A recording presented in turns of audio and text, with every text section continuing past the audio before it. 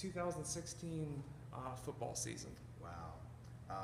Like how I felt at the 2015 season, just extremely proud of the coaching staff, proud of the student athletes, proud of our parents and our band, our cheerleaders, and I think that our football program, especially this year, was just a great representation of Roswell High School and how much the community gets behind our football team. Okay. Are there any games that stood out? Because we played Colquitt County, started the season off with Buford. Any of those games stood out to you?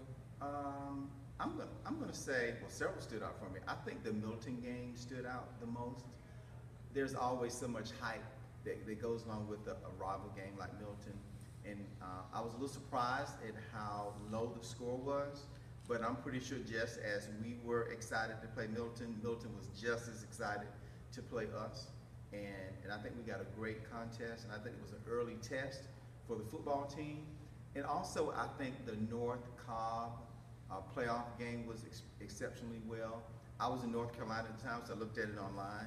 And it started off with fireworks, from what I understand. So I was really excited about that. And North Cobb is a very good high school, and I think we played really well. The second half was just explosive. And that was that Friday after Thanksgiving, so my stomach was already full from Thanksgiving, so I got some extra dessert with that win, so that was good. Amen. Roswell's always known from putting their students in prestigious universities around this region and around the nation in general. This is the first year I can remember that Roswell students were being recruited. You had high-profile athletes here at the school being recruited by powerhouse college football programs that are known for the football, like Xavier McKinney, who was ranked 122nd on ESPN 300, and Lee Anthony Williams, who was ranked 225th on ESPN 300. Both of them, one's committed to Clemson, one's committed to Alabama, and both of them are in the national championship on Monday. So does that make you feel proud as a principal? It makes me feel extremely proud as the principal, but more than that, just more proud of the job that these students' parents have done of keeping them grounded and making sure that they get what they need to get, not just on the football field, but also in the classroom. Because you're not going to get accepted into these colleges because you have to have the GPA, you have to have the aptitude to get a degree. And also, a lot of credit should be given to the coaches, because the coaches are making sure that the colleges know who these young men are. They're making sure that they're keeping them physically fit and making sure that they are ready for the next level. So a lot of a whole village behind all these players who go into Division I and Division II and junior colleges, I'm sure.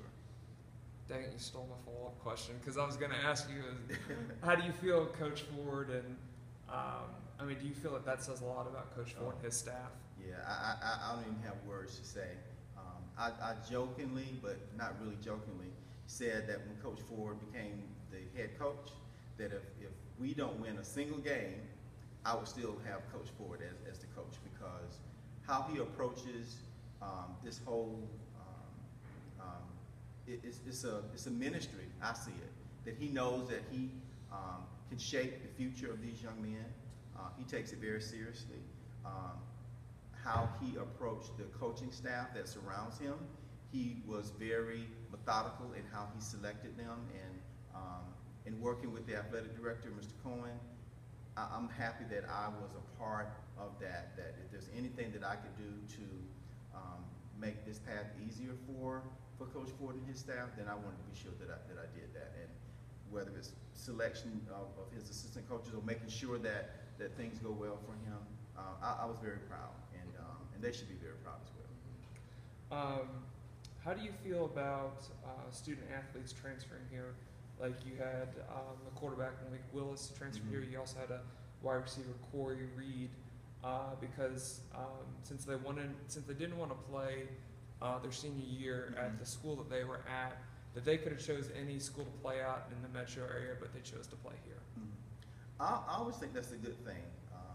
When you have students and parents who seek you out, I think it's good. It's good when you're a chosen school or chosen program. And for those two young men and any student, not just a senior year, but any year, to leave their where they grew up probably and to transplant somewhere else, I think that says a lot about our school. I think it says a lot about our programs, not just football, but it could be lacrosse or swimming. I'm glad that we have that reputation, and if we did not have that great reputation, then they would not be drawn. And it's not just because, well, I'm going to get to a championship game, which is great, but I think they did their homework in finding out who Coach Ford is and what he stands for, and I think those parents wanted that for their children.